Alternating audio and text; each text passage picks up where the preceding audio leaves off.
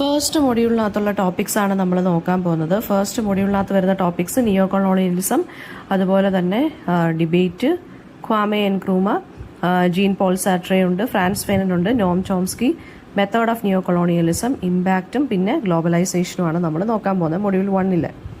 So first of all എന്താണ് neo colonialism? നിയോ colonialism എന്ന് വെച്ച് കഴിഞ്ഞാൽ ഡെവലപ്പിംഗ് നേഷൻസിൻ്റെ മുകളിലുള്ള indirect control by former colonial powers. അതായത് നേരത്തെ കോളനിയാക്കി വെച്ചിരുന്ന കൺട്രീസ് അവർ ആഫ്റ്റർ ഇൻഡിപെൻഡൻസിന് ശേഷവും വീണ്ടും എന്ത് ചെയ്യണം, കോളനൈസ് ചെയ്യാൻ വേണ്ടി അല്ലെങ്കിൽ ഇൻഡയറക്ട്ലി കൺട്രോൾ ചെയ്യാൻ വേണ്ടി നിൽക്കുന്നു. എങ്ങനെയാണ് ഇൻഡയറക്ട്ലി അവർ കൺട്രോൾ ചെയ്യുന്നത്? എക്കണോമിക്കലായിട്ടുള്ള രീതിയിൽ, പൊളിറ്റിക്കലായിട്ടുള്ള രീതിയിൽ, കൾച്ചറലി എന്ത് ചെയ്യുന്നു, ഇൻഡയറക്ട്ലി കൺട്രോൾ ചെയ്തുകൊണ്ടിരിക്കുന്നു. അതാണ് നിയോ കൊളോണിയലിസം എന്ന് പറയുന്നത്. So indirect control of developing Nations by former colonial powers through economic, political and cultural influence.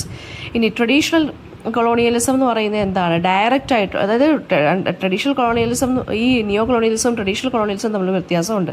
Traditional colonialism എന്ന് വെച്ചാൽ ഡയറക്റ്റ് ആയിട്ട് അങ്ങ് എന്ത് ചെയ്യാണ്, കോളനിയാക്കുവാണ്. പക്ഷേ നിയോ കൊളോണിയലിസം എന്ന് വെച്ചാൽ അങ്ങനെയല്ല, ന്യൂ വേ ഓഫ് കൊളോണിയലിസം ആണ് നിയോ കൊളോണിയലിസം എന്ന് പറയുന്നത്. അതായത് ഇൻഡയറക്റ്റ് ആയിട്ടായിരിക്കും എന്ത് ചെയ്യുന്നത്, അതായത് കൺട്രോൾ ചെയ്യാൻ ശ്രമിക്കുന്നത്. ഫിനാൻഷ്യൽ ആയിട്ടുള്ള രീതിയിൽ അല്ലെങ്കിൽ ട്രേഡ് പോളിസീസ് വഴിയൊക്കെ ആയിരിക്കും ഇത് നടത്തുന്നത് അവർ.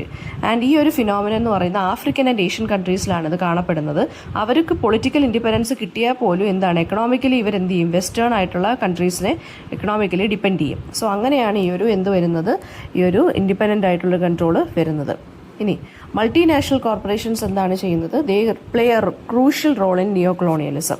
അതായത് ഈ മൾട്ടിനാഷണൽ കമ്പനീസിൻ്റെ കൂടെയാണ് ഈ ഡെവലപ്പിംഗ് കൺട്രീസിലൊക്കെ ഇവർ റിസോഴ്സസും ലേബർ മാർക്കറ്റും ഒക്കെ കൺട്രോൾ ചെയ്ത് പതുക്കെ ഇൻഡയറക്റ്റ് കൺട്രോളിലാക്കുന്നത്. ഇന്റർനാഷണൽ ഫിനാൻഷ്യൽ ഇൻസ്റ്റിറ്റ്യൂഷൻസ് ആയിട്ടുള്ള IMF, അതായത് മോണിറ്ററി ഫണ്ട്, ഇന്റർനാഷണൽ മോണിറ്ററി ഫണ്ടും അതുപോലെ തന്നെ വേൾഡ് ബാങ്കും ഇതെല്ലാം എന്താണ് ഈ എക്കണോമിക് പോളിസീസ് വെസ്റ്റേൺ കൺട്രീസിൻ്റെ ഫേവറിൽ ഇമ്പോസ് ചെയ്യുന്നു എന്നുള്ളൊരു പേരുദോഷം കേട്ടിട്ടുള്ള ആളുകളാണ്, അല്ലെങ്കിൽ ഇൻസ്റ്റിറ്റ്യൂഷൻസ് ആണ്. ഇപ്പോൾ ഫോറിൻ എയ്ഡ് ആണെന്നുണ്ടെങ്കിലും സംടൈംസ് എന്താണ്, നിയോ കൊളോണിയലിസത്തിന് വേണ്ടി യൂസ് ചെയ്യാറുമുണ്ട് ഈ വെസ്റ്റേൺ കൺട്രീസ്. ഓക്കെ, അല്ലാതെ ജെന്യൂൻ ആയിട്ടുള്ള ഡെവലപ്മെൻറ്റിന് വേണ്ടിയല്ല, അല്ലാതെ പൈസ കടം കൊടുത്ത് അവരെ ഫിനാൻഷ്യലി കൺട്രോൾ ചെയ്യാനും ഇവർ ശ്രമിക്കുന്നുണ്ട്. സോ നിയോ കൊളോണിയലിസം എന്ന് പറയുന്നത് ഈ അൺഫെയർ ആയിട്ടുള്ള ട്രേഡ് പ്രാക്ടീസസിനകത്ത് നമുക്ക് കാണാൻ സാധിക്കും. അതായത് ഈ ഡെവലപ്പിംഗ് കൺട്രീസ് എന്ത് ചെയ്യും, റോ മെറ്റീരിയൽസ് എല്ലാം അല്ലെങ്കിൽ ഈ എക്സ്പെൻസീവ് ആയിട്ടുള്ള ഫിനിഷ്ഡ് ഗുഡ്സ് എല്ലാം അവർ വേറെ കൺട്രീസിൽ നിന്ന്, എസ്പെഷ്യലി വെസ്റ്റേൺ കൺട്രീസിൽ നിന്നായിരിക്കും ഇമ്പോർട്ട് ചെയ്യുന്നത്. സോ അവിടെ അവരെന്തായി മാറി, ഒരു കടക്കാരായി മാറിയില്ല, ട്രേഡ് വെച്ചിട്ടും അവരെന്തായി മാറി, കടത്തിലായി, ഡെറ്റായി മാറി അല്ലേ. അങ്ങോട്ട് പിന്നെ നമ്മൾ പൈസ കൊടുത്തല്ലെങ്കിൽ അത് എന്താണെന്ന് വെച്ചാൽ സെറ്റിൽ ചെയ്യേണ്ടി വരും. സോ ആ ഒരു രീതിയിലും എന്ത് ചെയ്യുന്നുണ്ട് ഇവരെ ക്രൂസൈഡ് ചെയ്യുന്നുണ്ട്. അതിന് പിന്നെന്താണ്, മീഡിയയിലൂടെ എഡ്യൂക്കേഷൻ സിസ്റ്റം ഉണ്ടല്ലോ. അതായത് in many former colonies the media and education system still influenced by western narratives and ideologies. ഇപ്പോൾ നമുക്ക് പഠിക്കാനുള്ള ഹിസ്റ്ററി ബുക്സ് അല്ലെങ്കിൽ അവരുടെ ഹിസ്റ്ററി ബുക്സ് ആണെന്നുണ്ടെങ്കിൽ പോലും, അല്ലെങ്കിൽ നമുക്ക് നമ്മുടെ മീഡിയയിൽ കാണിക്കുന്ന അല്ലെങ്കിൽ നമ്മുടെ എഡ്യൂക്കേഷൻ സിസ്റ്റത്തിൽ പോലും അവരുടെ സിസ്റ്റം അല്ലെങ്കിൽ വെസ്റ്റേൺ ഐഡിയാസും നറേറ്റീവ്സും ഒക്കെ നമുക്ക് കാണാൻ സാധിക്കുന്നുണ്ട്. സോ അതും ഒരു കൈൻഡ് ഓഫ് നിയോ കൊളോണിയലിസം ആണ്, നമ്മളെ ഇൻഡയറക്ട്ലി കൺട്രോൾ ചെയ്യുന്നതിന് തെളിവാണത്.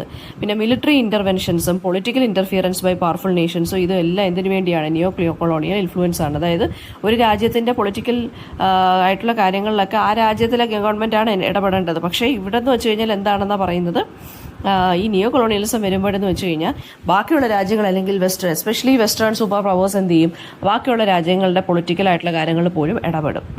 ആൻഡ് ചില ക്രിട്ടിക്സ് ആർഗ്യൂ ചെയ്യുന്നതെന്ന് വെച്ച് കഴിഞ്ഞാൽ മോഡേൺ ഗ്ലോബൽ ഗവർണൻസ് സ്ട്രക്ചേഴ്സ്, അതായത് ഈ UN സെക്യൂരിറ്റി കൗൺസിലൊക്കെ ഉണ്ടല്ലോ, അവരെല്ലാം ഈ ഇങ്ങനെയുള്ള സൂപ്പർ പവേഴ്സിനെ എപ്പോഴും സപ്പോർട്ട് ചെയ്തിട്ടാണ് നിൽക്കുന്നതെന്നാണ് പറയുന്നത്. ആൻഡ് മെനി ആഫ്രിക്കൻ ലീഡേഴ്സ് ആയിട്ടുള്ള ക്വാമെ എൻക്രൂമ ഇവരൊക്കെ എന്ന് വെച്ചാൽ നിയോ കൊളോണിയലിസത്തിനെ കണ്ടം ചെയ്ത ആളാണ്. അദ്ദേഹമൊക്കെയാണ് പറഞ്ഞത് ഇതാണ് പുതിയ ഫോം ഓഫ് കൊളോണിയലിസം അല്ലെങ്കിൽ ഇമ്പീരിയലിസം എന്ന് പറഞ്ഞത്. പിന്നെ economic policies of structural adjustment program, അതായത് SAPs എന്ന് പറയുന്നതും ഈ ഇന്റർനാഷണൽ ലീഡേഴ്സ് ശരിക്കും പറഞ്ഞാൽ നിയോ കൊളോണിയൽ കൺട്രോളിന് വേണ്ടി ഇമ്പോസ് ചെയ്തിട്ടുള്ളതാണ്. ആൻഡ് ഈ നിയോ കൊളോണിയൽസ് റെസിസ്റ്റ് ചെയ്യുക എന്നുള്ളത് അല്ലെങ്കിൽ എക്കണോമിക് സെൽഫ് സഫിഷ്യൻസി നേടണം ഓരോ രാജ്യങ്ങളും, റീജിയണലി കോപ്പറേഷൻ വേണം രാജ്യങ്ങൾ തമ്മിൽ, ഇതൊക്കെ ഉണ്ടെങ്കിൽ നമുക്ക് കുറച്ചും കൂടി ചെറുത്ത് നിൽക്കാം. അതുപോലെ തന്നെ ചൈന എന്തുകൊണ്ടാണ് നിയോ കൊളോണിയലിസത്തിൻ്റെ പല മെത്തേഡ്സ് ഒക്കെ പ്രാക്ടീസ് ചെയ്യുന്ന ഒരു രാജ്യമാണ്. അത് ആഫ്രിക്കയിൽ ഓക്കെ, അതെന്താ അപ്പോൾ ആഫ്രിക്കൻ കൺട്രീസ് എന്ത് ചെയ്യും, കൂടുതലും എക്കണോമിക് ഡിപ്പെൻഡൻസിക്ക് വേണ്ടി അല്ലെങ്കിൽ ഇൻഫ്രാസ്ട്രക്ചർ ഇൻവെസ്റ്റ്മെൻറ്റ് വേണ്ടിയും ചൈന പോലുള്ള കൺട്രീസിനാണ് ഡിപ്പെൻഡ് ചെയ്ത് നിൽക്കുന്നത്. സോ അവിടെ നമുക്കിത് കാണാൻ സാധിക്കും. അപ്പോൾ ഈ ഡിബേറ്റ് കണ്ടിന്യൂ ചെയ്തുകൊണ്ടിരിക്കുകയാണ് വെദർ ഗ്ലോബലൈസേഷൻ എന്ന് പറയുന്നത് ശരിക്കും പറഞ്ഞാൽ എക്കണോമിക് ഫ്രീഡം ആണോ അതോ നിയോ കൊളോണിയൽ എക്സ്പ്ലോയിറ്റേഷൻ ആണോ, പുതിയ രീതിയിലുള്ള കൊളോണിയലിസം ആണോ ഗ്ലോബലൈസേഷൻ എന്നുള്ളൊരു ഇതും വരുന്നുണ്ട്. ഇനി ഡിബേറ്റ്സ് എന്തൊക്കെയാണെന്ന് ചോദിച്ചു കഴിഞ്ഞാൽ ചില ആളുകൾ ആർഗ്യൂ ചെയ്യുന്നത് വെച്ചാൽ നിയോ കൊളോണിയലിസം ഒരു മിത്താണെന്നും ഡെവലപ്പിംഗ് കൺട്രീസിൽ എന്താണ് അവരുടേതായിട്ടുള്ള ഫുൾ സോവറിനിറ്റി അല്ലെങ്കിൽ ഫുൾ ഫ്രീഡം ഉണ്ട് അവരുടെ ഡിസിഷൻസിൽ എന്നാണ് പറയുന്നത്. അതേഴ്സ് ബിലീവ് എന്താണ് ചെയ്യുന്നത്, എക്കണോമിക് ഡിപ്പെൻഡൻസും വെസ്റ്റേൺ പൊളിറ്റിക്കൽ ഇന്റർഫിയൻസും ശരിക്കും പറഞ്ഞു കഴിഞ്ഞാൽ ഓരോ രാജ്യങ്ങളുടെ ട്രൂ ഇൻഡിപെൻഡൻസിൽ കൈകടത്തുന്ന കാര്യങ്ങളാണെന്നാണ് അവർ പറയുന്നത്. ഇനി ഗ്ലോബലൈസേഷനെ സപ്പോർട്ട് ചെയ്യുന്നവരാണെന്നുണ്ടെങ്കിൽ എന്ത് ചെയ്യും, ഗ്ലോബലൈസേഷൻ നല്ലതാണെന്നും എല്ലാ കൺട്രീസിനും ഫ്രീ ട്രേഡ് ബെനിഫിറ്റ് ചെയ്യുന്നുണ്ടെന്നും ബെനിഫിഷ്യൽ ആണെന്നും ഒക്കെ പറയുന്നുണ്ട്. ആൻഡ് ചില സ്കോളേഴ്സ് ആർഗ്യൂ ചെയ്യുന്നതെന്ന് വെച്ച് കഴിഞ്ഞാൽ പ്രോബ്ലം എന്ന് പറയുന്നത് നോട്ട് നിയോ കൊളോണിയലിസം, പക്ഷേ കറപ്റ്റ് ആയിട്ടുള്ള ലീഡർഷിപ്പാണ് പ്രശ്നങ്ങളെന്നാണ് പറയുന്നത്. പിന്നെ എന്താണ് മൾട്ടിനാഷണൽ കോർപ്പറേഷൻസിൻ്റെ റോളും ഇതുപോലെ തന്നെ അത് അവർ പാർട്ട്നേഴ്സ് ആണോ അവർ എക്സ്പ്ലോയിറ്റേഴ്സ് ആണോ അവർ നല്ലതിന് വേണ്ടിയാണോ ഓരോ ഡെവലപ്പിംഗ് കൺട്രീസിൽ കമ്പനീസൊക്കെ വെക്കുന്നതെന്നുള്ളതും ഒരു ഇത് ഇമ്പോർട്ടൻ്റ് ആയിട്ടുള്ളൊരു ക്വസ്റ്റൻ ആണ്. ആൻഡ് ഓൾസോ ചൈനയുടെ ഇൻവോൾവ്മെൻറ്റ് ഇൻ ആഫ്രിക്ക എന്ന് പറയുന്നതും എന്താ പറയുക ഈ ഒരു ഫോം ഓഫ് നിയോ കൊളോണിയലിസം ആണോ എന്നുള്ള ഡിബേറ്റും അവിടെ ഹാപ്പൻ ചെയ്യുന്നുണ്ട്. ഇനി അടുത്തത് ക്വാമെ എൻക്രൂമയാണ്. ക്വാമെ എൻക്രൂമ ആയിരുന്നു, ഇദ്ദേഹമായിരുന്നു നിയോ കൊളോണിസത്തിനെ നല്ല രീതിയിൽ കണ്ടം ചെയ്തിട്ടുള്ള ഒരാൾ. സോ ക്വാമെ എൻക്രൂമ എന്ന് പറയുന്ന first prime minister and president of ഗാന ആണ്. അദ്ദേഹമാണ് ശരിക്കും പറഞ്ഞാൽ 1950s കൺട്രിക്ക് ഇൻഡിപെൻഡൻസ് മേടിച്ചു കൊടുത്തത്. And he was a key figure in the pan African movement. പിന്നെ ഈ ആഫ്രിക്കൻ നേഷൻസിനിടയിൽ ഒരു യൂണിറ്റി കൊണ്ടുവന്നത് ക്വാമെ എൻക്രൂമയാണ്. And he believe that political independence എന്ന് പറയുന്നത് വാസ് മീനിംഗ്ലെസ് ആണ് വിത്തൗട്ട് എക്കണോമിക് ഇൻഡിപെൻഡൻസ്. ഒരു രാജ്യത്തിന് എക്കണോമിക് ഇൻഡിപെൻഡൻസ് ഉണ്ടെങ്കിൽ മാത്രമേ ആ രാജ്യത്തിന് പൊളിറ്റിക്കൽ ഇൻഡിപെൻഡൻസ് അല്ലെങ്കിൽ പൊളിറ്റിക്കലി ആ രാജ്യത്തിന് ഫ്രീ ആകാൻ സാധിക്കുകയുള്ളൂ എന്നാണ് പറഞ്ഞത്. And he coined the term neo colonialism. അദ്ദേഹത്തിന്റെ ബുക്കിലായിട്ടുള്ള neo colonialism the last stage of imperialism എന്നുള്ള വർക്കിനകത്താണ് അദ്ദേഹം ഈ ഒരു ടേം കോയിൻ ചെയ്തത്. And he also argued that western powers എന്ന് പറയുന്നത് still they maintained control over African nations through economic manipulation വഴിയാണ് ഇപ്പോഴും ആ വെസ്റ്റേൺ കൺട്രീസ് ആഫ്രിക്ക പോലുള്ള കൺട്രികളെ ഇപ്പോഴും കൺട്രോൾ ചെയ്യുന്നത്. ആൻഡ് എൻക്രൂമയുടെ പോളിസീസ് എന്ന് പറയുന്നത് എന്താണ്, ഘാനയെ ഇൻഡസ്ട്രിയലൈസ് ചെയ്യുക, ഈ വെസ്റ്റേൺ എക്കോണമിയെ ഡിപ്പെൻഡ് ചെയ്യുന്ന ആ ഒരു പ്രവണത അങ്ങ് മാറ്റുക. And he also sought partnership with Soviet യൂണിയനുമായിട്ട് ചൈനയായിട്ട് ഇദ്ദേഹം പാർട്ട്ണർഷിപ്പിന് പോയിട്ടുണ്ട്. പക്ഷേ ഇപ്പോൾ ഈ ഒരു കാര്യം വെസ്റ്റേൺ കൺട്രീസിൽ ടെൻഷൻസ് ക്രിയേറ്റ് ചെയ്തിട്ടുമുണ്ട്. ആൻഡ് ഓൾസോ ഹിസ് ഗവൺമെന്റ് എന്ന് പറയുന്നത് എന്താണ്, അതോറിറ്റേറിയൻ ഗവൺമെന്റ് ആണെന്നും പറഞ്ഞ് ഒപ്പോസിഷൻ പാർട്ടീസൊക്കെ ഇതിനെ എന്ത് ചെയ്യുന്നത് സപ്രസ് ചെയ്ത് അങ്ങനൊരു ആരോപണങ്ങൾ കൊണ്ടുവന്നിട്ടുമുണ്ട്. 1966 അദ്ദേഹത്തിനെ ഓവർത്രോ ചെയ്തു. അത് വെസ്റ്റേൺ പവേഴ്സ് സപ്പോർട്ട് ചെയ്ത ഒരു ഗ്രൂപ്പാണ് ഓവർത്രോ ചെയ്തതെന്നാണ് പറയുന്നത്. പക്ഷേ എന്നാലും ഇദ്ദേഹത്തിന്റെ ഐഡിയാസ് സ്റ്റിൽ ആഫ്രിക്കൻ ലീഡേഴ്സിനെയും സ്കോളേഴ്സിനെയും ഇൻസ്പയർ ചെയ്യുന്നുണ്ട്. പിന്നെന്താണ്, he also promoted the idea of United States of Africa എന്ന് പറഞ്ഞു അദ്ദേഹം ഒരു ഐഡിയ കൊണ്ടുവന്നത്. ഈ എക്സ്റ്റേണൽ ഇൻഫ്ലുവൻസ് ഇടപെടാതിരിക്കാൻ വേണ്ടിയാണ്, അതായത് ആഫ്രിക്കൻ കൺട്രീസ് എല്ലാം യൂണിഫൈഡ് ആണെന്ന് കാണിക്കാൻ വേണ്ടി. പിന്നെ എക്കണോമിക് സെൽഫ് സഫിഷ്യൻസി എന്ന് പറയുന്നതൊക്കെ അദ്ദേഹത്തിൻ്റെ വിഷനായിരുന്നു.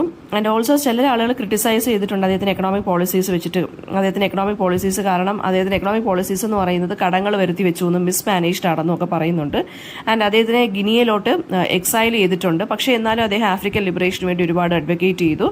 And today he is regard as A simple of resistance against neo colonialism. അടുത്തതെന്ന് വെച്ചാൽ ജീൻ പോൾ സാർട്രെ ആണ്. അദ്ദേഹം ഒരു ഫ്രഞ്ച് ഫിലോസഫർ ആയിരുന്നു. എക്സിസ്റ്റൻഷ്യലിസ്റ്റ് അല്ലെങ്കിൽ മാർക്സിസ്റ്റ് ഐഡിയാസ് ആയിരുന്നു അദ്ദേഹത്തിന്റെ മെയിൻ ഇതെന്ന് പറയുന്നത്. ആൻഡ് ഒരു കൊളോണിയലിസത്തിന്റെ ഒരു വോക്കൽ ക്രിട്ടിക്കായിരുന്നു അദ്ദേഹം. ആൻഡ് അദ്ദേഹം ആന്റി കൊളോണിയൽ മൂവ്മെന്റ്സ് സപ്പോർട്ട് ചെയ്തിരുന്നു. And he argued that colonialism എന്ന് പറയുന്നത് ഈ ഒപ്രസറേയും ഒപ്രസ്ഡിനെയും ഡീഹ്യൂമനൈസ് ചെയ്യുന്ന ഒരു ആസ്പെക്റ്റ് ആണ് കൊളോണിയലിസം എന്നാണ് പറയുന്നത്. ഫ്രാൻസിസ് ഫെയ്നന്റെ ബുക്കായിട്ടുള്ള ദ റിച്ചർ ഓഫ് ദി എർത്തിനകത്ത് അദ്ദേഹം എന്ത് ചെയ്യുന്നുണ്ട്, ഒരു പ്രിഫസ് എഴുതിയിട്ടുണ്ട്. നമുക്ക് ഫ്രാൻസിസ് ഫെയ്നെ കുറിച്ച് പഠിക്കാനുണ്ട്. അപ്പോൾ ഈ നമുക്ക് പഠിക്കാനുള്ള ജീൻ പോൾ സാർട്രെ ഈ ഫ്രാൻസ് ഫെയ്നന്റെ ദ റിച്ചർ ഓഫ് ദി എർത്തിന് ഒരു ഇൻട്രൊഡക്ഷൻ പോലെ എഴുതിയിട്ടുണ്ട്. ഈ റെസിസ്റ്റൻസിനെയൊക്കെ വയലന്റ് റെസിസ്റ്റൻസിനെയൊക്കെ എന്ത് ചെയ്യണം, അതായത് നമ്മൾ ഈ ഇങ്ങനെ കൊളോണിയലിസം പോലുള്ള കാര്യങ്ങൾക്കെതിരെ നമ്മൾ വയലന്റ്ലി തന്നെ നിൽക്കണം എന്നാണ് ഇദ്ദേഹം പറഞ്ഞത്. And he also believe that neo colonialism എന്ന് പറയുന്നത് എന്താണ്, ഈ ക്യാപിറ്റലിസത്തിന്റെ ഒരു കൈൻഡ് ഓഫ് എക്സ്റ്റൻഷൻ ആണ് നിയോ കൊളോണിയലിസം എന്നാണ് അദ്ദേഹം പറഞ്ഞത്. ആൻഡ് അത് എക്സ്പ്ലോയിറ്റേറ്റീവ് ആണെന്നാണ് ഇദ്ദേഹം പറഞ്ഞത്. പിന്നെ അതുപോലെ തന്നെ എന്താണ്, വെസ്റ്റേൺ ഇന്റലക്ച്വൽസ് അല്ലെങ്കിൽ വെസ്റ്റേൺ തിങ്കേഴ്സ് എന്ന് പറയുന്നത് അവരെല്ലാം ഈ ഇമ്പീരിയലിസത്തിനെ നല്ല രീതിയിൽ ജസ്റ്റിഫൈ ചെയ്യുന്ന ആളുകളാണെന്നാണ് പറഞ്ഞത്. And also he refuse Nobel prize four literature in 1964. പിന്നെന്താണ്, അദ്ദേഹത്തിന്റെ വർക്ക്സിനകത്ത് വരുന്ന തീംസ് ഫ്രീഡം, ഓപ്പറേഷൻ, റെസ്പോൺസിബിലിറ്റി ആണ്. ട്രൂ ലിബറേഷൻ അതിനുവേണ്ടിയാണ് അദ്ദേഹം ഫൈറ്റ് ചെയ്തത്. അതിനുവേണ്ടി അദ്ദേഹം പറഞ്ഞതെന്ന് വെച്ചാൽ ട്രൂ ലിബറേഷൻ അക്വയർ ചെയ്യണമെന്നുണ്ടെങ്കിൽ ക്യാപിറ്റലിസ്റ്റ് സ്ട്രക്ചേഴ്സിനെ എല്ലാം എന്ത് ചെയ്യണം, ഡിസ്ട്രോയ് ചെയ്യണം എന്നാണ് അദ്ദേഹം പറഞ്ഞത്. നമ്മുടെ ക്വാമെ എൻക്രൂമയുടെ കണക്ക് തന്നെ ഇദ്ദേഹവും വിചാരിച്ചിരിക്കുന്നത്, ഇദ്ദേഹവും പറയുന്നതെന്ന് വെച്ചാൽ നിയോ കൊളോണിയലിസത്തിൽ നിന്ന് നമ്മൾ രക്ഷപ്പെടണമെന്നുണ്ടെങ്കിൽ എക്കണോമിക് എക്സ്പ്ലോയിറ്റേഷൻ അല്ലെങ്കിൽ എക്കണോമിക് ഇൻഡിപെൻഡൻസ് നമ്മൾ നേടണം എന്നാണ് പറയുന്നത്.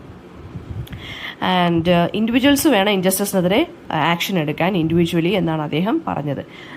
നെക്സ്റ്റ് ഫ്രാൻസ് ഫേനനാണ്. അദ്ദേഹം ഒരു സൈക്യാട്രിസ്റ്റ് ആയിരുന്നു, പിന്നെ ഒരു റവല്യൂഷണറി റൈറ്ററാണ്. അൾജീരിയൻ സ്ട്രഗിൾ ഫോർ ഇൻഡിപെൻഡൻസിൽ അദ്ദേഹം ഡീപ്ലി ഇൻവോൾവ് ആയിരുന്നു. അദ്ദേഹത്തിൻ്റെ വർക്കാണ് the wretched of the earth. അത് ശരിക്കും പറഞ്ഞാൽ കൊളോണിയൽ വയലൻസിനെ കുറിച്ചുള്ള ഫൗണ്ടേഷണൽ ടെക്സ്റ്റ് ആയിരുന്നു അത്. കൊളോണിയലിസം എങ്ങനെയൊക്കെയാണ് സൈക്കോളജിക്കൽ ട്രാമ ഈ കോളനൈസ്ഡ് ആയിട്ടുള്ള കൺട്രീസിലുള്ള ആളുകളുടെ മേലെ ഏൽപ്പിച്ചത്, ഇതൊക്കെയാണ് ഇദ്ദേഹം ശരിക്കും പറഞ്ഞാൽ ആർഗ്യൂ ചെയ്തിരുന്നത്, അല്ലെങ്കിൽ എന്ത് ചെയ്തത്, റിസർച്ച് ചെയ്തിരുന്ന ടോപ്പിക് അതായിരുന്നു. ആൻഡ് ഓൾസോ വയലന്റ് റവല്യൂഷന് വേണ്ടിയാണ് ഇദ്ദേഹം സപ്പോർട്ട് ചെയ്തത്. പിന്നെ he also believe the neo colonialism എന്ന് പറയുന്ന കുറച്ചും കൂടി ക്രൂവൽ ആയിട്ടുള്ളൊരു കാര്യമാണ് ദാൻ ഡയറക്റ്റ് കൊളോണിയൽ റൂൾ. കൊളോണിയലിസത്തിനേക്കാട്ടിലും ക്രൂവൽ ആയിട്ടുള്ളൊരു കാര്യമാണ് നിയോ കൊളോണിയലിസം എന്നാണ് അദ്ദേഹം വിശ്വസിച്ചിരുന്നത്. ആൻഡ് ഓൾസോ എന്താണ്, പിന്നെ ഈ വെസ്റ്റേണൈസ്ഡ് ഗ്രൂപ്പ്സ് ഉണ്ടല്ലോ, വെസ്റ്റേൺ ഗ്രൂപ്പ്സ് ഒക്കെ ഉണ്ടല്ലോ, അവരുടെ റോളിനെയൊക്കെ ഇദ്ദേഹം ക്രിട്ടിസൈസ് ചെയ്തിരുന്നു. പിന്നെ പുതിയ രീതിയിലുള്ളൊരു സ്ട്രക്ചറൽ ചേഞ്ച് ഉണ്ടായില്ലെങ്കിൽ ന്യൂലി ഇൻഡിപെൻഡൻ്റ് ആയിട്ടുള്ള നേഷൻസ് പിന്നെയും പഴയ പോലെ എന്താവും, എക്സ്പ്ലോയിറ്റഡ് ആവുമെന്ന് അദ്ദേഹത്തിന് മനസ്സിലായി. ആൻഡ് ഓൾസോ അദ്ദേഹത്തിൻ്റെ വർക്ക്സ് ആണ് ബ്ലാക്ക് ലിബറേഷൻ മൂവ്മെൻറ്റിനെയൊക്കെ ഇൻഫ്ലുവൻസ് ചെയ്തത്. പിന്നെ ലാംഗ്വേജിലൂടെയും കൾച്ചറിലൂടെയും എങ്ങനെയാണ് വീണ്ടും നിയോ കൊളോണിയലിസം വർക്കൗട്ട് ആകുന്നതെന്ന് ഇദ്ദേഹം എക്സ്പ്ലോർ ചെയ്തു. ആൻഡ് ഐഡൻറ്റിറ്റി ആയിരിക്കണം ഏറ്റവും ഇമ്പോർട്ടൻ്റ് ആയിട്ടുള്ളൊരു സെൻട്രൽ പോയിന്റ് എന്ന് പറയുന്നതെന്നാണ് അദ്ദേഹം പറഞ്ഞത്. അടുത്തത് നോം ചോംസ്കിയാണ്. നോം ചോംസ്കി എന്ന് പറയുന്നത് ഒരു അമേരിക്കൻ ലിംഗ്വിസ്റ്റ് ആണ്, ഫിലോസഫറാണ്, പൊളിറ്റിക്കൽ ആക്ടിവിസ്റ്റ് ആണ്. അദ്ദേഹവും കൊളോണിയലിസം അല്ലെങ്കിൽ ഇമ്പീരിയലിസം പോലുള്ള കോൺസെപ്റ്റുകളെ എന്ത് ചെയ്തിട്ടുള്ള ആളാണ്, ക്രിട്ടിസൈസ് ചെയ്തിട്ടുള്ള ആളാണ്. അദ്ദേഹം ആർഗ്യൂ ചെയ്യുന്നതെന്ന് വെച്ച് കഴിഞ്ഞാൽ നിയോ കൊളോണിയലിസം എന്താണ്, എക്കണോമിക് ആൻഡ് മിലിറ്ററി ഡോമിനൻസിലൂടെയാണ് സാധ്യമാകുന്നത്, റാദർ ദാൻ ഡയറക്റ്റ് കൺട്രോളിലൂടെ അല്ല. ചോംസ്കി എന്ന് പറയുന്ന US ഫോറിൻ പോളിസിയൊക്കെ ക്രിട്ടിസൈസ് ചെയ്തിട്ടുള്ള ആളായിരുന്നു അദ്ദേഹം. ഈ എക്കണോമിക് ഹെജമണിയൊക്കെ അദ്ദേഹം ശരിക്കും പറഞ്ഞു കഴിഞ്ഞാൽ എതിർത്തിരുന്നു. ആൻഡ് ഓൾസോ മൾട്ടിനാഷണൽ കോർപ്പറേഷനെ എക്സ്പോസ് ചെയ്തിരുന്നു.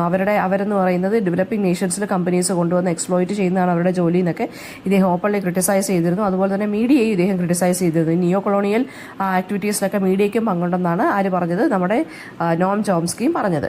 ആൻഡ് ഓൾസോ ക്രിട്ടിസൈസസ് IMFനെയും വേൾഡ് ബാങ്കിനെയൊക്കെ ഇദ്ദേഹം ക്രിട്ടിസൈസ് ചെയ്തു. പിന്നെ എന്താണ്, ഈ എക്കണോമിക് ഇൻഡിപെൻഡൻസ് ഉണ്ടെങ്കിലേ നമുക്ക് ഇതിനകത്ത് രക്ഷപ്പെടാൻ പറ്റൂ എന്നുള്ളതാണ് ഇദ്ദേഹത്തിൻ്റെ ഒരു ഐഡിയ എന്ന് പറയുന്നത്. And he also supported movements four economic self determination in Latin അമേരിക്കയിലും ആഫ്രിക്കയിലും ഏഷ്യൻ കൺട്രീസിലൊക്കെ ഇദ്ദേഹം ഈ ഒരു ഐഡിയ സപ്പോർട്ട് ചെയ്തിരുന്നൊരു വ്യക്തിയാണ്. അതായത് എക്കണോമിക് ഇൻഡിപെൻഡൻസ് വേണം എന്നുള്ളത്. പിന്നെ എന്താണ്, ഒരുപാട് ഗ്ലോബൽ പവർ സ്ട്രക്ചേഴ്സിനെ കുറിച്ചും ഇനിക്വാളിറ്റിയെ കുറിച്ചൊക്കെ ഇദ്ദേഹം ഒരുപാട് എഴുതിയിട്ടുണ്ട്. നിയോ കൊളോണിയലിസത്തിനെതിരെ ചലഞ്ച് ചെയ്യാനാണ് അദ്ദേഹം എഴുതിയിട്ടുള്ളത് കേട്ടോ. പിന്നെ നെക്സ്റ്റ് വരുന്നത് മെത്തേഡ്സ് ഓഫ് നിയോ കൊളോണിയലിസം ആണ്. എക്കണോമിക് ഡിപ്പെൻഡൻസിയാണ് ഫസ്റ്റ് മെത്തേഡ്. അതായത് ഡെവലപ്പിംഗ് കൺട്രീസ് എന്ത് ചെയ്യും, വെസ്റ്റേൺ ഇൻസ്റ്റിറ്റ്യൂഷൻസിനെ ലോണിന് വേണ്ടിയും എന്ത് ചെയ്യും, ഡിപ്പെൻഡ് ചെയ്യും. അങ്ങനെ ഇവർക്ക് ലോങ് ടേം എക്കണോമിക് കൺട്രോൾ കിട്ടും വെസ്റ്റേൺ കൺട്രീസിന്.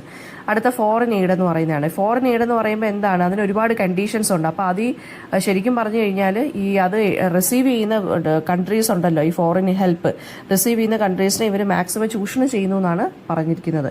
ട്രേഡ് ഇംബാലൻസ്, അതായത് ഡെവലപ്പിംഗ് കൺട്രീസ് എന്ത് ചെയ്യും, റോ മെറ്റീരിയൽസ് വേറെ രാജ്യങ്ങളിൽ നിന്ന് എന്ത് ചെയ്യും, ഇവരുടെ റോ മെറ്റീരിയൽസ് എക്സ്പോർട്ട് ചെയ്തിട്ട് വേറെ രാജ്യങ്ങളിൽ നിന്ന് എക്സ്പെൻസീവായിട്ട് മാനുഫാക്ചർഡ് ഗുഡ്സ് വാങ്ങിക്കും. അതിലൂടെയും നിയോ കൊളോണിയലിസം വർക്കൗട്ട് ആവുമെന്നാണ് പറയുന്നത്. പിന്നെയെന്ന് വെച്ച് കഴിഞ്ഞാൽ ഡെറ്റ് ട്രാപ്പ് ഡിപ്ലോമസി, അതായത് ഹൈ ഇൻട്രസ്റ്റ് റേറ്റ് വെച്ചിട്ട് ലോൺ മേടിക്കും. അപ്പോൾ അങ്ങനെ എക്കണോമിക്കലി നമ്മൾ എന്ത് ചെയ്യും, ഡോമിനേറ്റഡ് ആയി മാറും. പിന്നെന്താ, ഡോമിനേറ്റഡ് ആയെന്നല്ല, എക്കണോമിക്കലി സബ്സർവിയൻ്റ് ആയിട്ട് മാറും. പിന്നെ അടുത്തതെന്ന് വെച്ചാൽ സ്ട്രക്ചറൽ അഡ്ജസ്റ്റ്മെന്റ് പ്രോഗ്രാംസ് ആണ്. അതായത് ഈ IMF, വേൾഡ് ബാങ്ക് പോലുള്ള കാര്യങ്ങൾ ഈ പോളിസീസ് ഇമ്പോസ് ചെയ്തിട്ടുള്ളതാണ് SAPs. അതെന്ന് വെച്ച് കഴിഞ്ഞാൽ എന്ത് ചെയ്യും, ഗവൺമെന്റ് എന്താണ്, ബാക്കി ഡെവലപ്പിംഗ് കൺട്രീസ് എന്ത് ഇതിനെ വാങ്ങിക്കുമ്പോൾ അല്ലെങ്കിൽ ഇതിനെ വെച്ചിട്ട് ചെയ്യുമ്പോൾ അവരെന്ത് ചെയ്യുമെന്ന് പറഞ്ഞത് ഈ കൂടുതൽ വെസ്റ്റേൺ കൺട്രീസിനെ അല്ലെങ്കിൽ ഇങ്ങനെയുള്ള കാര്യങ്ങൾ ഡിപ്പെൻഡ് ചെയ്തിരിക്കും. പിന്നെ വെസ്റ്റേൺ നേഷൻസ് എന്ന് പറയുന്നത് എന്താണ്, ഇലക്ഷനെയൊക്കെ ഇൻഫ്ലുവൻസ് ചെയ്യാം. ഈ ഒപ്പോസിഷൻ ഗ്രൂപ്പ്സിന് വേണമെന്നുണ്ടെങ്കിൽ അവർക്ക് ഫണ്ട് ചെയ്യാം അല്ലേ. അപ്പോൾ ഈ കൺട്രോൾ, അതായത് ഇവർക്ക് ശരിക്കും പറഞ്ഞാൽ വേറെ രാജ്യങ്ങളിലുള്ള പൊളിറ്റിക്കൽ ആയിട്ടുള്ള ഇഷ്യൂസിൽ പോലും ഇവർ കൈകടത്തുന്നു. പിന്നെ military presence, foreign military bases ഒക്കെ ഈ ചില ലൊക്കേഷൻസിലൊക്കെ പിന്നെ എന്ത് ചെയ്യും, ഇന്റർവീൻ ചെയ്യാറുണ്ട്. അപ്പോൾ അതും എന്താണ്, ഒരു ടൈപ്പ് ഓഫ് നിയോ കൊളോണിയലിസം ആണെന്നാണ് പറയുന്നത്. അതായത് വേറെ രാജ്യങ്ങളുടെ സ്ഥലത്തൊക്കെ പോയി ഫോറിൻ മിലിറ്ററി ഗ്രൂപ്പൊക്കെ വേണമെന്നുണ്ടെങ്കിൽ ലൊക്കേഷൻസിലൊക്കെ അവിടെ പോയി അവർ പിന്നെ എന്ത് ചെയ്യുക, മിലിറ്ററി ബേസസ് സ്റ്റാർട്ട് ചെയ്യും. പിന്നെ കൾച്ചറൽ ഇമ്പീരിയൽസ് ആണ്. വെസ്റ്റേൺ മീഡിയ എഡ്യൂക്കേഷൻ സിസ്റ്റം ഇപ്പോഴും എന്താണ്, ലോക്കൽ ആയിട്ടുള്ള അല്ലെങ്കിൽ റീജിയണൽ വൈസ് ആയിട്ടുള്ള കാര്യങ്ങൾ റീഇൻഫോഴ്സ് ചെയ്യാൻ ശ്രമിക്കുന്നു ഡെവലപ്പിംഗ് കൺട്രീസിൽ. പിന്നെ എൻവയോൺമെൻറ്റൽ എക്സ്പ്ലോയിറ്റേഷൻ ചെയ്യുന്നുണ്ട്. വെസ്റ്റേൺ കമ്പനീസ് നാച്ചുറൽ റിസോഴ്സസിനെയൊക്കെ എക്സ്പ്ലോയിറ്റ് ചെയ്യുന്നു, അങ്ങനെ എൻവയോൺമെൻറ്റൽ ഡിസ്ട്രക്ഷൻ കൊണ്ടുവരുന്നു ഡെവലപ്പിംഗ് കൺട്രീസിൽ. അടുത്ത ടേം എന്ന് വെച്ചാൽ ബ്രെയിൻ ഡ്രെയിൻ ആണ്. അതായത് നമ്മുടെ ഡെവലപ്പിംഗ് കൺട്രീസിലുള്ള ബെസ്റ്റ് ടാലൻറ്റഡ് ആയിട്ടുള്ള ആളുകളെ ഇവരുടെ കൺട്രീസിൽ കൊണ്ടുപോയിട്ട് എന്ത് ചെയ്യുന്നു, ജോലി എടുപ്പിക്കുന്നു. എന്നിട്ട് നമ്മുടെ കൺട്രീസിൽ കിട്ടേണ്ട ആ റിസോഴ്സസ് ആണ് അവരുടെ കൺട്രീസിൽ പോയി ഇവർ ജോലി ചെയ്യുന്നത്. അപ്പോൾ കൂടുതൽ എക്കണോമിക് ബെനിഫിറ്റ്സ് ആർക്കാണ് കിട്ടുന്നത്? ഈ കൺട്രി, ഇങ്ങനെയുള്ള വെസ്റ്റേൺ കൺട്രീസിനാണ് കിട്ടുന്നത്. പിന്നെ ആൻഡ് ഓൾസോ എന്താണ്, ഈ നാച്ചുറൽ റിസോഴ്സസിനെ എന്ത് ചെയ്യും, റിസോഴ്സസ് സെല്ല് ചെയ്യാൻ വേണ്ടി ഫോറിൻ കോർപ്പറേഷൻസിന് സെല്ല് ചെയ്യാൻ വേണ്ടിയുള്ളൊരു എന്ത് ചെയ്യുന്നുണ്ട്, ആ ഒരു പ്രഷറൈസേഷനും നടക്കുന്നുണ്ട്. അതായത് അവനവൻ്റെ രാജ്യത്തെ റിസോഴ്സസ് മറ്റ് രാജ്യങ്ങൾക്ക് സെല്ല് ചെയ്യാൻ വേണ്ടിയുള്ള പ്രഷറൈസേഷനും നടക്കുന്നുണ്ട്. പിന്നെ NGOs അല്ലെങ്കിൽ യൂണിവേഴ്സിറ്റീസ് വഴി ഒക്കെ ഇത് എന്ത് ചെയ്യുന്നുണ്ട്, വെസ്റ്റേൺ പോളിസീസിനെ പ്രൊമോട്ട് ചെയ്യുന്നത്. ഇതൊക്കെയെന്ന് വെച്ച് കഴിഞ്ഞാൽ എന്താണ്, ഒരു ടൈപ്പ് ഓഫ് നിയോ കൊളോണിയലിസം ആണെന്നാണ് പറയുന്നത്. അടുത്തത് ഇമ്പാക്റ്റ് ഓഫ് നിയോ കൊളോണിയലിസം ആണ്. എക്കണോമിക് സ്റ്റാഗ്നേഷൻ, അതായത് മെയിൻ ഡെവലപ്പിംഗ് കൺട്രീസ് എന്താണ്, സ്റ്റിൽ പോവർട്ടിയിൽ ഇങ്ങനെ റിമെയിൻ ട്രാപ്ഡ് ആയിട്ട് നിൽക്കുന്നത് ഈ അൺഫെയർ ആയിട്ടുള്ള എക്കണോമിക് സ്ട്രക്ചേഴ്സ് കൊണ്ടാണ്. രണ്ടാമത്തത് പൊളിറ്റിക്കൽ ഇൻസ്റ്റബിലിറ്റി, ഫോറിൻ ഇന്റർഫിയറൻസ് ഉണ്ടല്ലോ. ഒരു രാജ്യത്തിനകത്ത് നടക്കുന്ന പ്രശ്നങ്ങളിൽ ഫോറിൻ കൺട്രീസ് ഇടപെടുന്നതും പ്രശ്നമാണ്. പിന്നെ ഡെറ്റ് ക്രൈസിസ്, അതായത് കൺട്രീസ് ശരിക്കും പറഞ്ഞാൽ ലോണൊക്കെ മറ്റ് കൺട്രീസ് റീപേ ചെയ്യാൻ സ്ട്രഗിൾ ചെയ്യുന്നു. അപ്പോൾ എന്ത് ചെയ്യും, ഇവർ പതുക്കെ ഇവരുടെ റിസോഴ്സസ് പതുക്കെ അങ്ങ് എക്സ്പ്ലോയിറ്റ് ചെയ്യാൻ തുടങ്ങും. പിന്നെ റിസോഴ്സ് എക്സ്പ്ലോയിറ്റേഷൻ, നാച്ചുറൽ വെൽത്ത് മറ്റൊരു കൺട്രി എന്ത് ചെയ്യുന്നുണ്ട്, ഫോറിൻ ബെനിഫിറ്റിന് വേണ്ടി അവരെന്ത് ചെയ്തുകൊണ്ടിരിക്കുന്നു, എക്സ്പ്ലോയിറ്റ് ചെയ്തുകൊണ്ടിരിക്കുന്നത്. പിന്നെ നമ്മുടെ ട്രഡീഷണൽ കൾച്ചറും ലാംഗ്വേജസും എല്ലാം വെസ്റ്റേൺ ഇൻഫ്ലുവൻസ് കാരണം ഓവർ ഷാഡോഡ് ആയിട്ടിരിക്കുന്നു. ഇനിക്വാളിറ്റി ഉണ്ട്. ഇനിക്വാളിറ്റി എന്ന് പറയുമ്പോൾ ഈ ട്രേഡൊക്കെ നടത്തുമ്പോൾ ചില ഈ വലിയ ഗ്രൂപ്പുകൾ, വലിയ കൺട്രീസിനായിരിക്കും കൂടുതൽ ബെനിഫിറ്റ് കിട്ടുന്നത്. പിന്നെന്താണ്, ഹെൽത്ത് ക്രൈസിസ് വരുമ്പോൾ, അതായത് പുവർ ആക്സസ് ടു മെഡിസിൻ, അതായത് അങ്ങനത്തുള്ള പ്രശ്നങ്ങൾ വരുന്നുണ്ട്. പിന്നെ എൻവയോൺമെൻറ്റൽ ഡീഗ്രഡേഷൻ, ഡീഫോറസ്റ്റേഷൻ, പൊല്യൂഷൻ, അതൊക്കെ വരുന്നുണ്ട്. ബ്രെയിൻ ഡ്രെയിൻ, സ്കിൽഡ് വർക്കേഴ്സിനെല്ലാം മൈഗ്രേറ്റ് ചെയ്ത് ഡെവലപ്ഡ് കൺട്രീസിൽ പോയി അവർ താമസിക്കും. അപ്പോൾ നമുക്ക് കിട്ടേണ്ട റിസോഴ്സസും എക്കോണമിക്കലായിട്ടുള്ള ഹെൽപ്പ് ഒന്നും നമുക്ക് കിട്ടത്തില്ല. പിന്നെ ഫോറിൻ ടെക്നോളജിയെ ഡിപ്പെൻഡ് ചെയ്ത് നിൽക്കുന്നതും പ്രശ്നങ്ങളാണ്. അതുപോലെ തന്നെ എന്താണ്, നമ്മൾ ഈ ലോക്കൽ ഇൻഡസ്ട്രീസ് ഭയങ്കര വീക്കായിട്ട് മാറുന്നത്. നമ്മുടെ കൺട്രീസിലുള്ള ലോക്കൽ ഇൻഡസ്ട്രീസ് വേറെ വെസ്റ്റേൺ ഇമ്പോർട്ട് നടത്തുകയാണെന്നുണ്ടെങ്കിൽ എന്താണ്, പ്രശ്നങ്ങളാണ്. അതും പ്രശ്നങ്ങൾ ക്രിയേറ്റ് ചെയ്യത്തേ ഉള്ളൂ. നമ്മുടെ ഒരു ഒറിജിനാലിറ്റി അതൊക്കെ അങ്ങ് നഷ്ടപ്പെടും. പിന്നെ എന്താണ്, പിന്നെ അതുപോലെ തന്നെ എന്താണ്, ആൻറ്റി കൊളോണിയൽ ആൻഡ് നാഷണലിസ്റ്റ് മൂവ്മെൻറ്റുകൾ റൈസ് ചെയ്യുന്നതും ഇങ്ങനെയുള്ള കാര്യങ്ങൾക്ക് പ്രശ്നമായി തീരാറുണ്ട്. പിന്നെ ഗ്ലോബലൈസേഷനും നിയോ കൊളോണിയലിസം തമ്മിലുള്ള ബന്ധമാണല്ലോ. ഗ്ലോബലൈസേഷൻ എന്ന് വെച്ച് കഴിഞ്ഞാൽ എന്താണ്, എക്കണോമിക് ഗ്രോത്തിൻ്റെ ഒരു ഫോഴ്സായിട്ടാണ് കൺസിഡർ ചെയ്യുന്നത്. പക്ഷേ നിയോ കൊളോണിയലിസത്തിനെ ഇൻഡയറക്ട്ലി ഗ്ലോബലൈസേഷൻ സപ്പോർട്ട് ചെയ്യുന്നു എന്നൊരു ഒരു റൂമറും കൂടി ഉണ്ട്. ഫ്രീ ട്രേഡ് എഗ്രിമെൻറ്റ്സ് എന്ന് പറയുന്നത് ശരിക്കും പറഞ്ഞാൽ ഡെവലപ്ഡ് നേഷൻസിനെയാണ് കൂടുതലും ബെനിഫിറ്റ് ചെയ്യുന്നത്, അല്ലാതെ ഡെവലപ്പിംഗ് നേഷൻസിനെ അല്ല. ഡെവലപ്പിംഗ് നേഷൻസിനെ സഹായിക്കാനാണ് ഫ്രീ ട്രേഡ് കൊണ്ടുവന്നതെന്നാണ് പറച്ചിലെങ്കിലും അത് കൂടുതൽ ബെനിഫിറ്റ് ചെയ്യുന്ന ആരെയാണ്, ഡെവലപ്ഡ് നേഷൻസിനെയാണ്. പിന്നെ ഗ്ലോബൽ ഫിനാൻഷ്യൽ ഇൻസ്റ്റിറ്റ്യൂഷൻസ് എന്ത് ചെയ്യും, ഈ മൾട്ടിനാഷണൽ കോർപ്പറേഷൻസിനും ഡെവലപ്ഡ് കൺട്രീസിനും വെസ്റ്റേൺ സൂപ്പർ പവേഴ്സിനും വേണ്ടിയായിരിക്കും അവർ നിലകൊള്ളുന്നത്. പിന്നെ ഡെവലപ്പിംഗ് നേഷൻസിന് പിന്നെന്താണ്, എക്കണോമിക് പ്രഷറൊക്കെ അവർ കൂടുതൽ ഫേസ് ചെയ്യുന്നുണ്ട് വരുന്നുണ്ട്. പിന്നെ ലേബർ എക്സ്പ്ലോയിറ്റേഷൻ കൂടുതൽ കാണുന്നുണ്ട്. ചീപ്പായിട്ടുള്ള മാനുഫാക്ചറിങ് ഹബ്ബുകളായിരിക്കും ഡെവലപ്പിംഗ് നേഷൻസിൽ ഇവർ കൊണ്ടുവരുന്നത്. പിന്നെ എൻവയോൺമെൻറ്റൽ ഡാമേജ് കൊണ്ടുവരുന്നുണ്ട്. അതുപോലെ തന്നെ എന്താണ്, ഫുഡ് പ്രൊഡക്ഷൻ പോലും കൺട്രോൾ ചെയ്യുന്നുണ്ട്. പിന്നെ ഗ്ലോബൽ ബ്രാൻഡുകൾ നമ്മുടെ ലോക്കൽ മാർക്കറ്റിനെ ഡോമിനേറ്റ് ചെയ്യുന്നത് പ്രശ്നമാണ്. പിന്നെ ഈ വാട്ടർ, ഇലക്ട്രിസിറ്റി പോലുള്ള കാര്യങ്ങളൊക്കെ പ്രൈവറ്റൈസ് ചെയ്യുന്നതും പ്രശ്നമാണ്. അതുപോലെ തന്നെ വെസ്റ്റേൺ യൂണിവേഴ്സിറ്റിയുടെ എക്സ്പാൻഷൻ നമ്മുടെ എഡ്യൂക്കേഷൻ സിസ്റ്റത്തിനെ വേണമെന്നുണ്ടെങ്കിൽ ബാധിക്കും. ഓക്കെ, അങ്ങനെ എക്കണോമിക് ഇനിക്വാളിറ്റിയൊക്കെ ഹാപ്പൻ ചെയ്യാം.